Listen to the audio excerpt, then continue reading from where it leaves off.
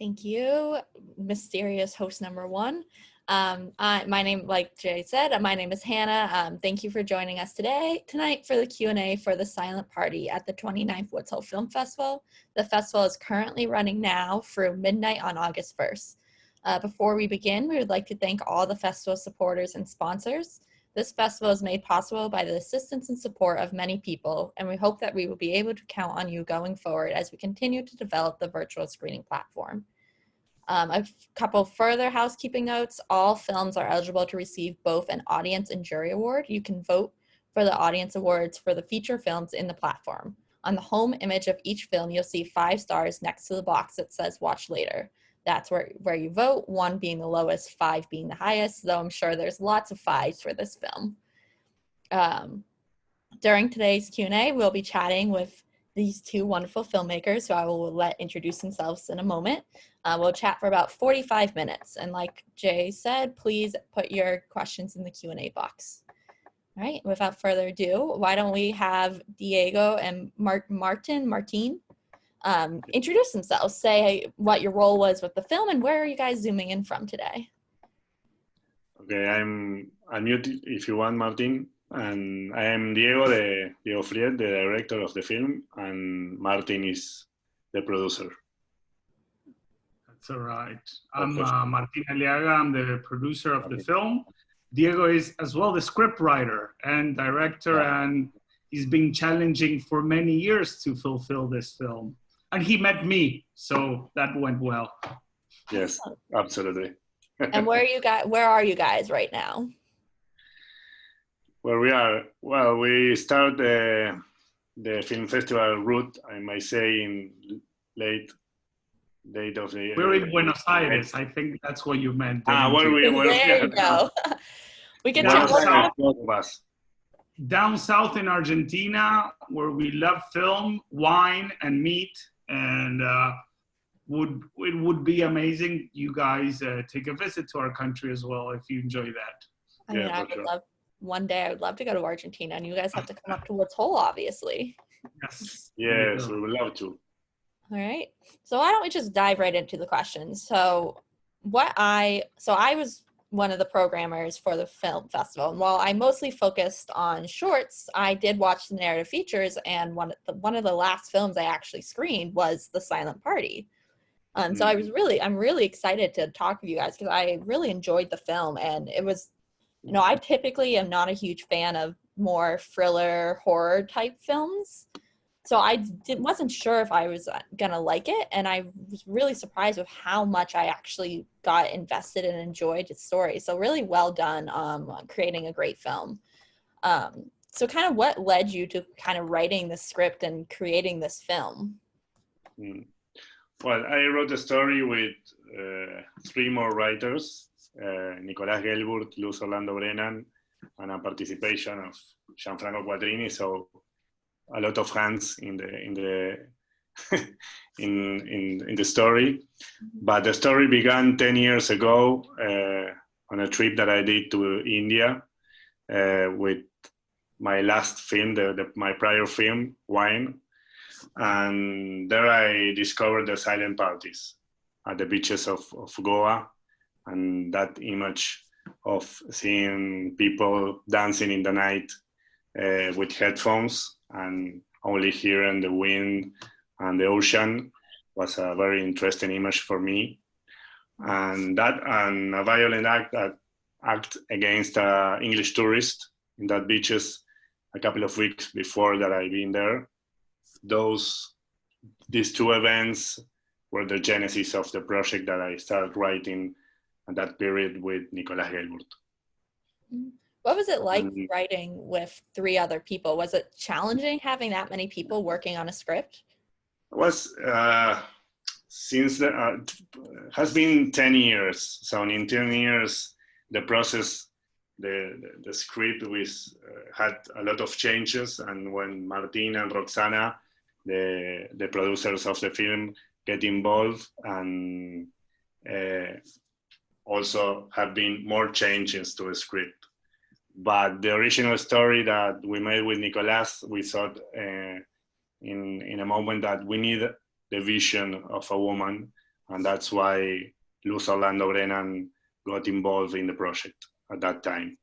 But after that, like I said, Martina and Roxana, they also gave the point of view to what we have done with the script at that time, and we made some changes till the last minute before the pre-production. I don't know if you want to add something, Martin. Yeah, I'm kind of curious how, Martin, what kind of drew you to wanting to get involved in this project?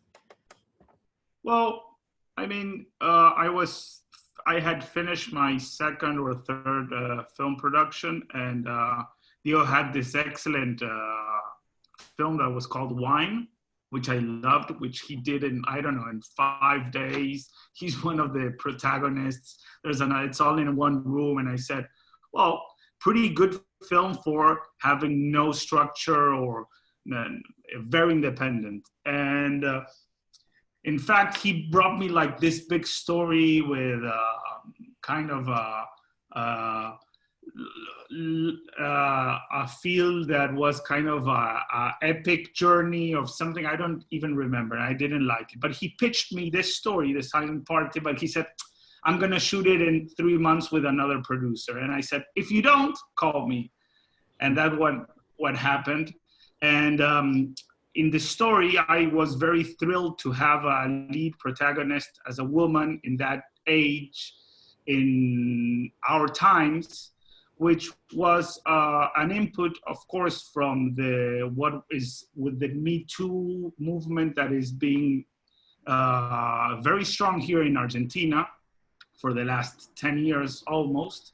And there's some industry regarding my choice as well, because some industry data said as well that women are the main selectors of film in certain ages. So I thought, let's work with a film that has a woman protagonist, and it's so strong with the moment. And that was the first start, basically. So a couple of things worked around in order to start developing the film with Diego.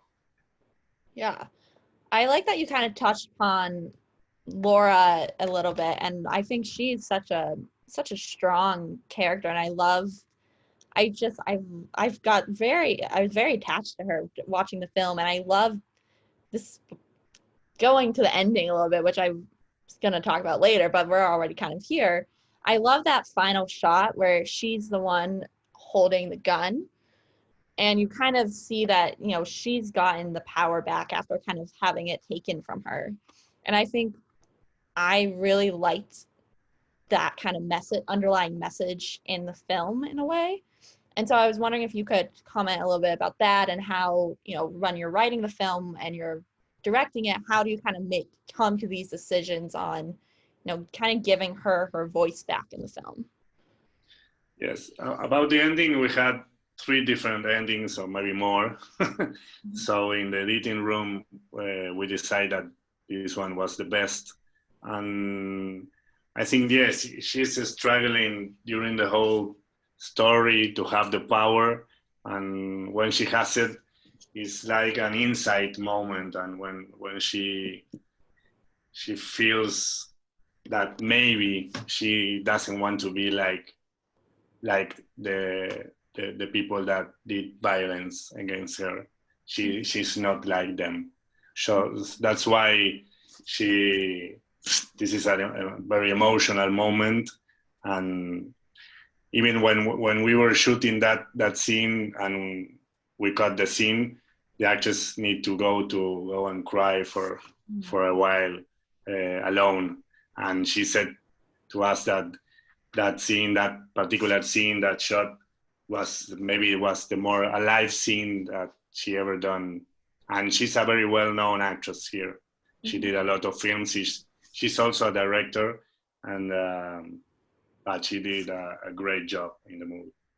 Yeah, she was incredible. And I think the other leads, you know, her fiance and her father, are also incredibly well done. So how was the casting process like, getting those 3 actors in the film? And how did you know, I felt like they had such a good working chemistry amongst the 3 of them. So how did you kind of build that up with them? Well, Gerardo Romano, the father, is a very well-known actor here. He did a lot of television and movies in Argentina. He has his, well, when we had the final version of the script, I say to Martina, Roxana, if we don't have a Gerardo Romano, I don't know who else who can play the father, because I thought that we need an actor like him with all that violence that he has in him. And Esteban Villarde did a lot of films in Argentina, a lot of independent movies, and he's very well known in the movie industry, you know.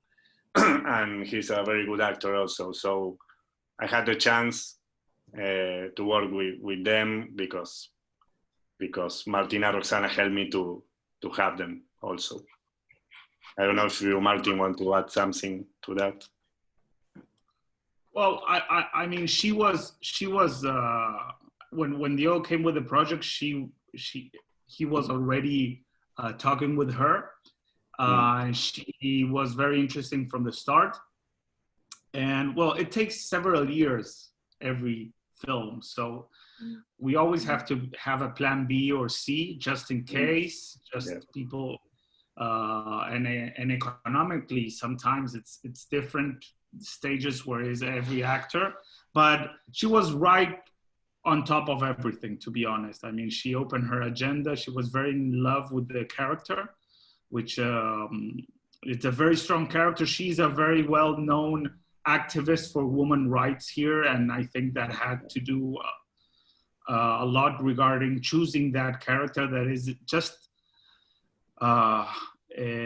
defying what society can say or can't say regarding her choices. Because going back to the question before, when she's holding the gun and she's powerful, I think she struggles against that power. I mean, she has that struggling what she will do or not.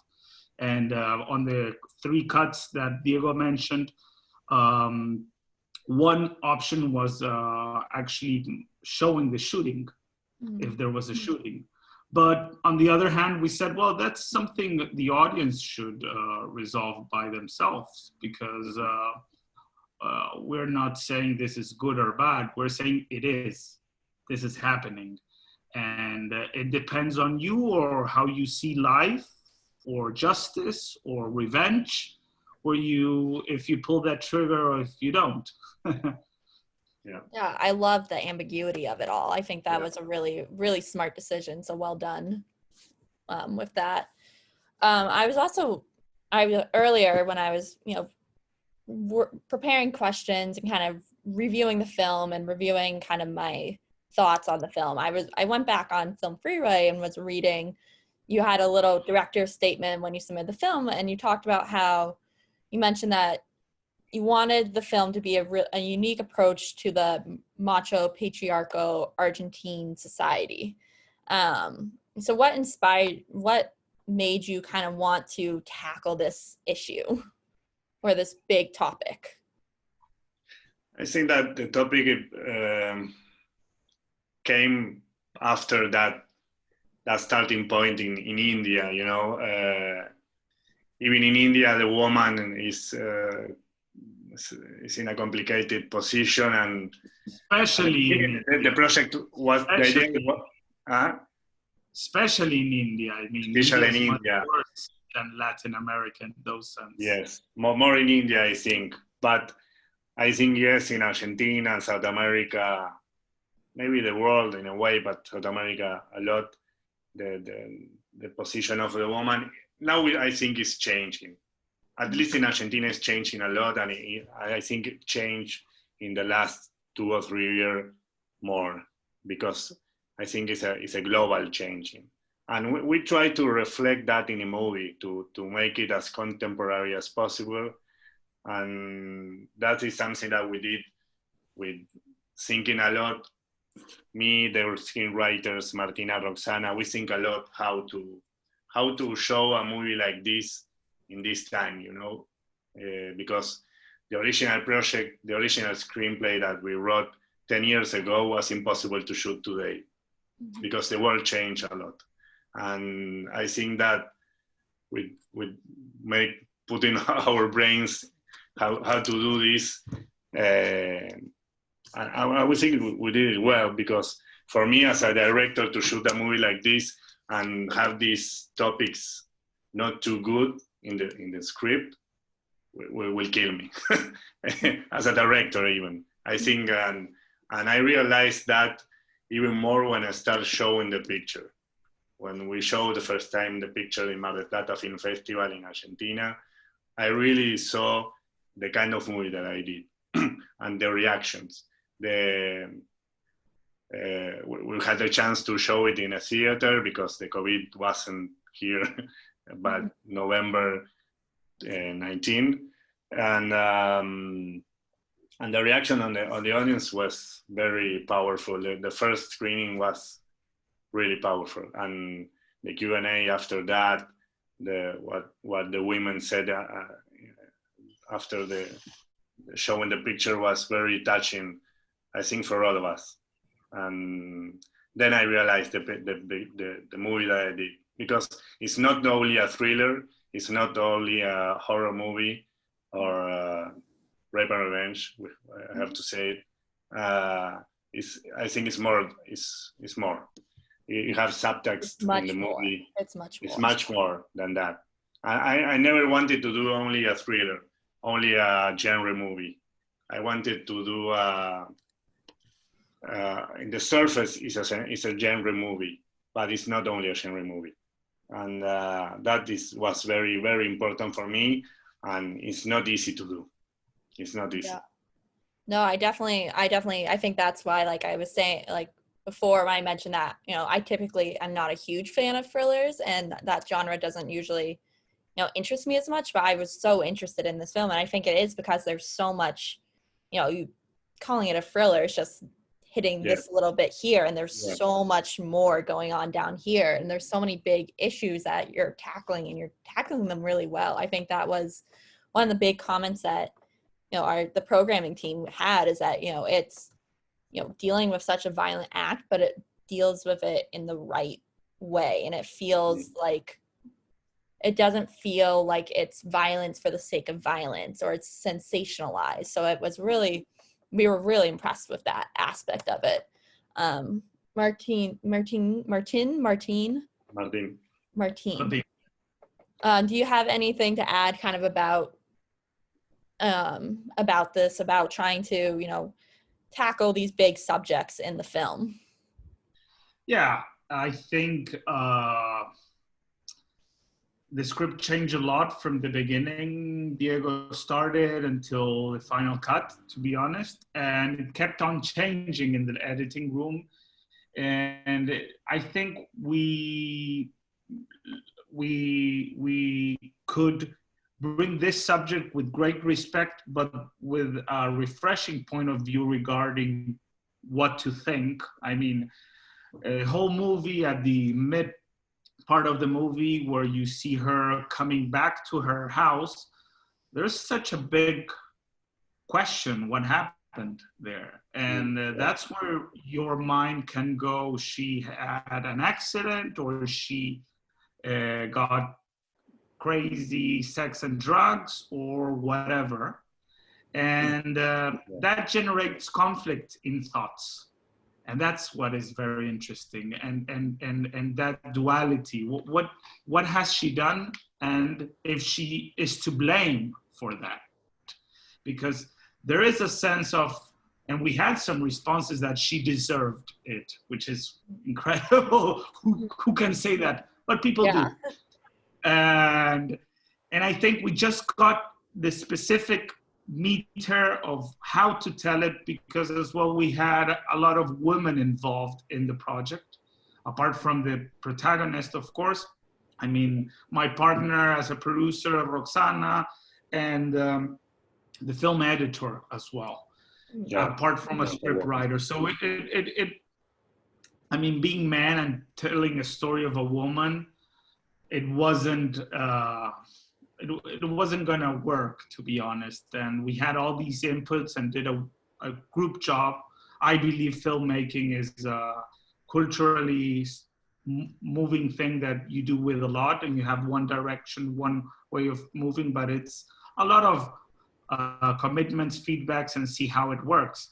So that was great for us, for the film, basically, not for us, for the film, because it can touch and speak to women as well as to men. And that's kind of broad.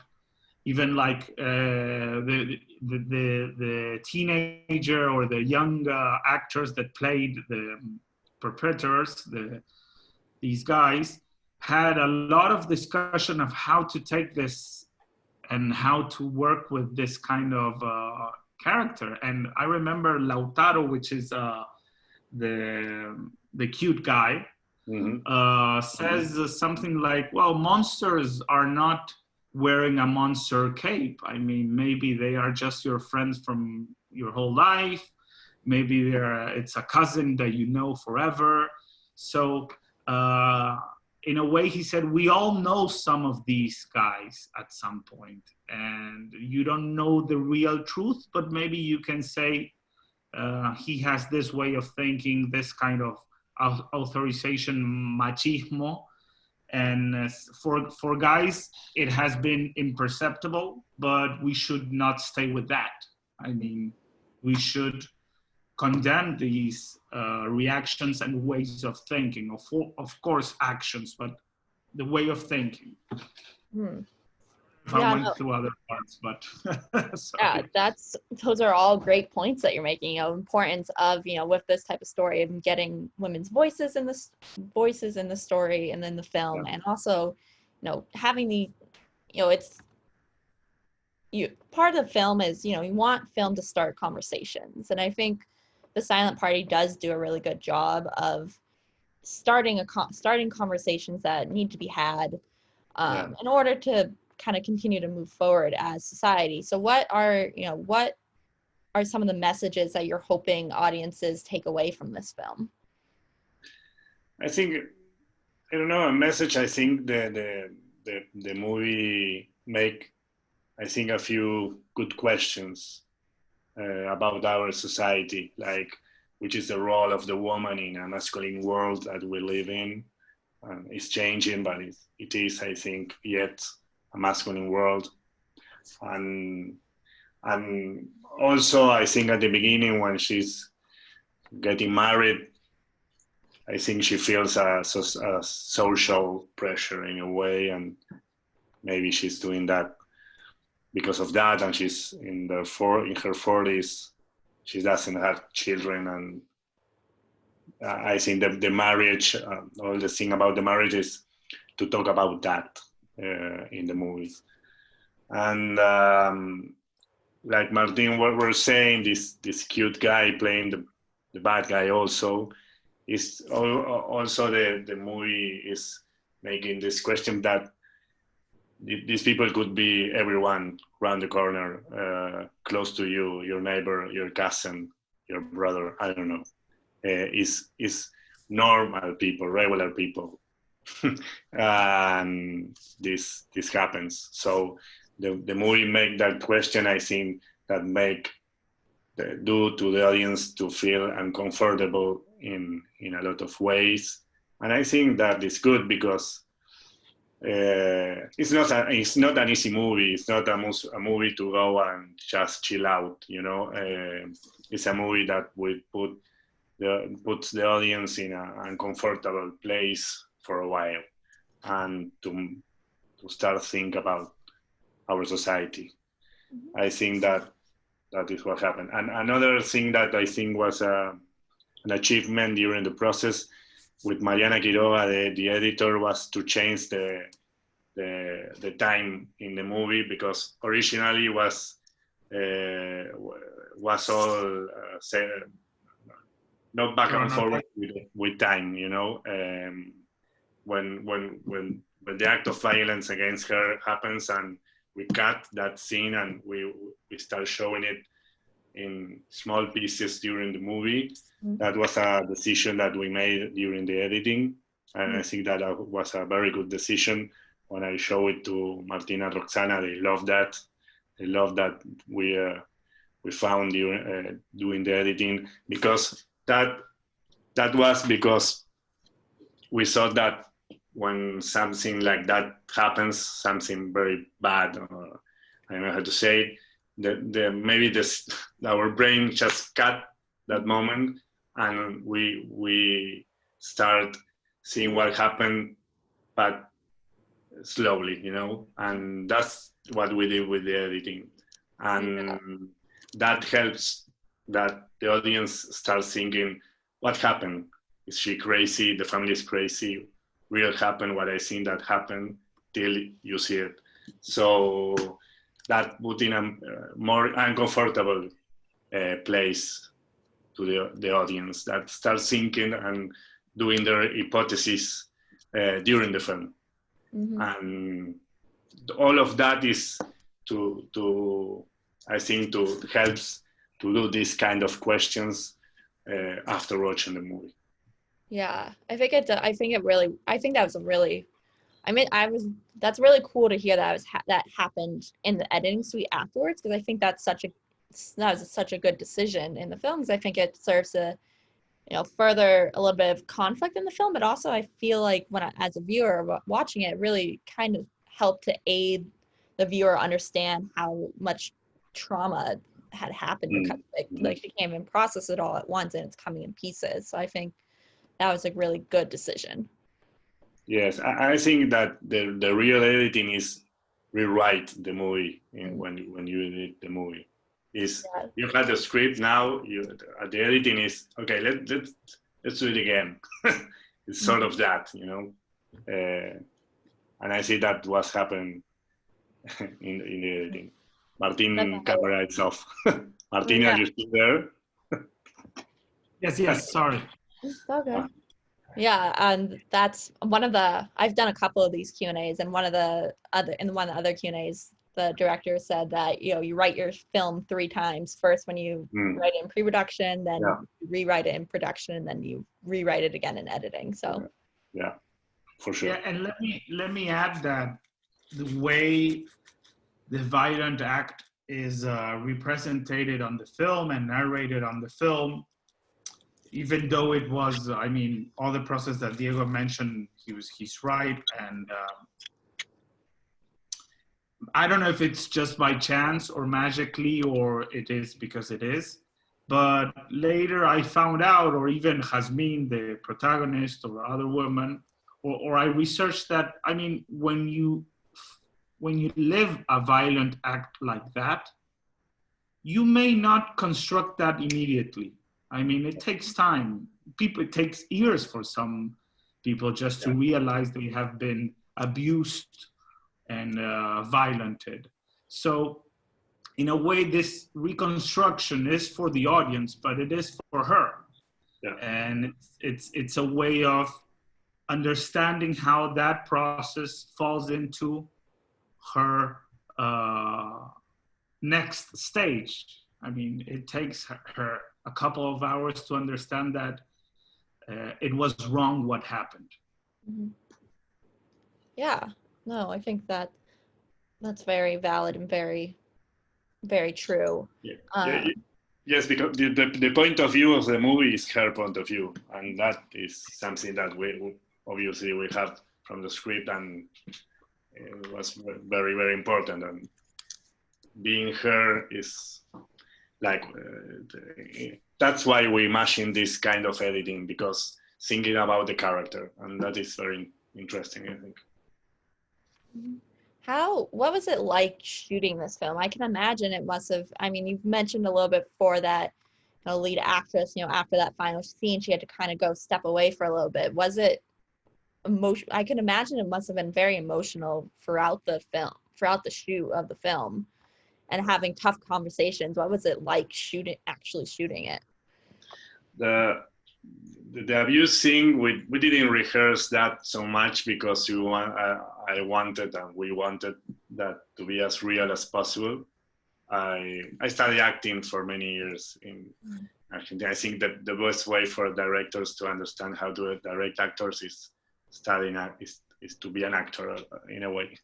So so we have some rehearsals before the shooting, but that particular scene was very, very difficult, even for me, when the day came to shoot that scene particularly. I said, why I wrote this? Why I don't want to shoot this? It's very difficult. We all been very tense, but that tension was good for the scene, and the actors did it great, but was a very difficult scene to do, and I got involved. I like to think that when I'm shooting, I'm not watching the scene, I'm in the scene. So I like to always be as close as possible to the actors. And in that particular scene, I spoke a lot, and Martin said to me, don't speak that much because we're going to have a lot of problem during the post-production. But the guy who did the post-production of sound, Martin Grignaschi, he's a genius. And he did a very, very immersed sound. And when you hear the movie in a theater with a 5.1 surround system, you are very in the body of Laura, and that's what I wanted to that the audience be with her and be in her body in a way. And we did this film in 15 days of shooting, 3 weeks. Wow. Yeah. So that's pretty quick. Well, yeah, it was a great run. I feel like the tension in the movie is the tension that I have during this movie in 3 weeks, but we did it. But I had a great team. Martin helped me a lot to have a great team. The director of photography, Manuel Revela, that Martin really insists me to have him on board, and he did a great job. He did it very fast, the lighting, and beautifully. So that was very helpful for me. And the whole movie is in a house and surroundings. So we didn't have to company moves. It's like a studio movie in a way, but in a real location. Mm-hmm. So that helped us a lot to shoot this movie in 15 days, which is we need more, but we had that, and I think that you don't feel that in the movie. No, you really don't. You don't feel it. I definitely would have thought it was longer than 3 weeks. If you had asked me how long I thought this film was shot in, I would have said something probably closer to 2 or 3 months. What? It was really well done. I assumed it would. I assumed it had more time. Once you have, I mean, originally we aimed at 5 weeks, would have been like a comfortable shooting stage. The film had different locations at some point, and I mean, the production design works in order to shape and fit it with the script writers in what you can do. I mean, because it's still an industry, you still have to pay wages and get the money and whatever. And I do believe that it improved the film. It did improve the film. So these challenges, you have to see them from the good side. I mean, and it was, we were 25, 30 people working on a shoot, which is a kind of a small crew for Argentina, and for international purposes, super small. But that gave that intimate thing, that speed that it was required. And it actually challenged many places in the story where, I mean, its outcome was amazing. And it had to do with reshaping into what is possible. So I don't know, someone said here that you can't shoot the excuses. So you just shoot. Well, that's a great phrase, and I think a lot of people probably could serve to hear and listen to that. Yeah, no, I think it really served the film. I actually did have a question talking about. I think it serves the film really well that it kind of is very insular and kind of takes place in, very like the one kind of location really. So I think that definitely probably helped, really worked well with the film.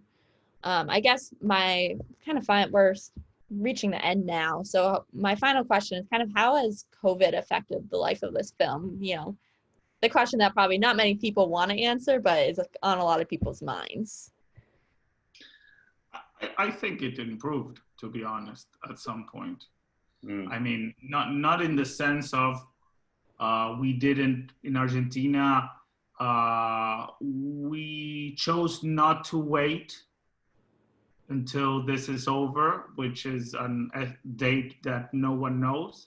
Mm-hmm. Here we're having a very strong lockdown and quarantine. It's been 130 days, wow. And it's very restrictive. On the other hand, our death rate is really, really low. And so I don't think movie theaters will be open until December, maybe.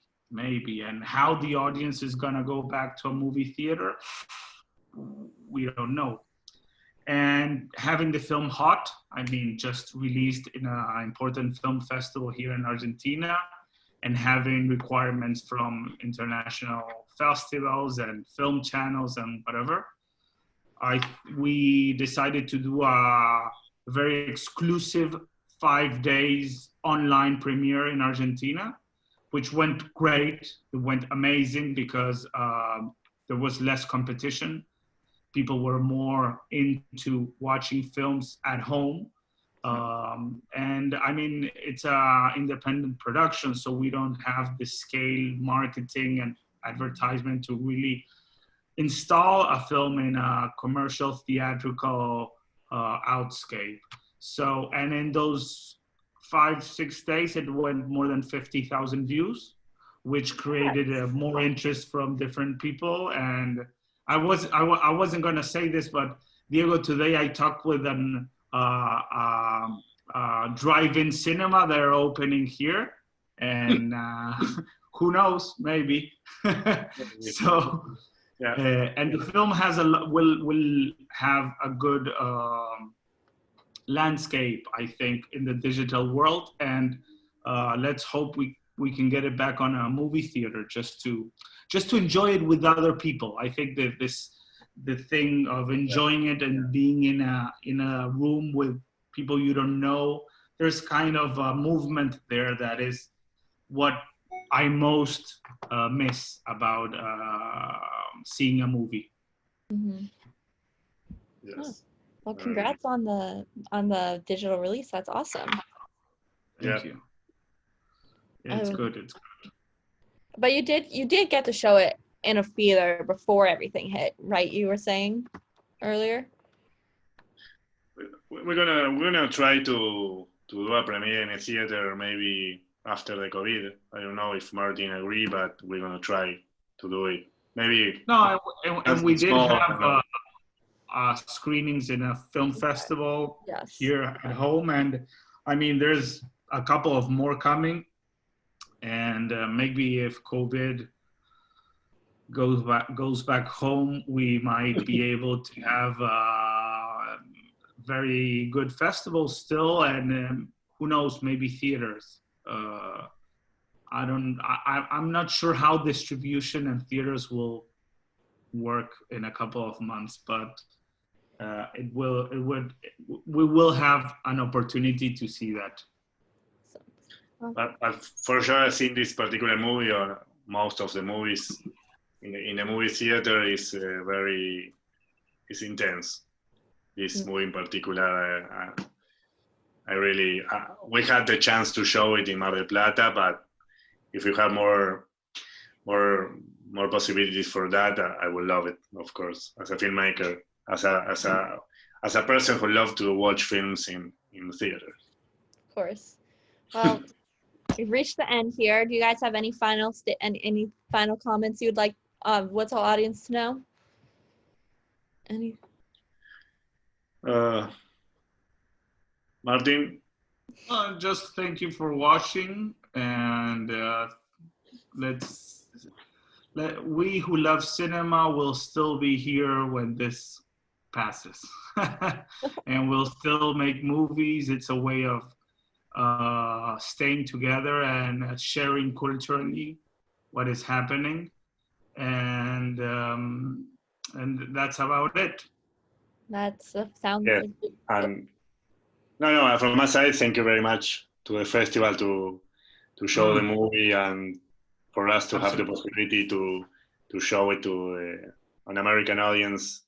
And of course, for us, with the present, to be there and see what happens with the audience there is what we miss in this situation. But I think maybe more people will watch the movie. We don't know. Nobody knows. But for us to participate in Woods Hole is this opportunity, great opportunity for us, and we are very thankful for this. And thank you very much. Thank you. Well, thank you for submitting your awesome film and letting us show it. I think we've have a really strong group of films this year, and I'm really glad that we were able to include the Silent Party in that. So thank you for making a film about such an important topic. That is the end. It's been 45 minutes, so thank you for joining us tonight. And Woods Hole Film Festival is still going on through August 1st. And you can, if you haven't seen The Silent Party yet, you can watch it again. You can watch it, or you can watch it for a second or a third time, as well as all the other films that are playing in the festival. All right, thank you and good night. Thank you very much. Bye-bye.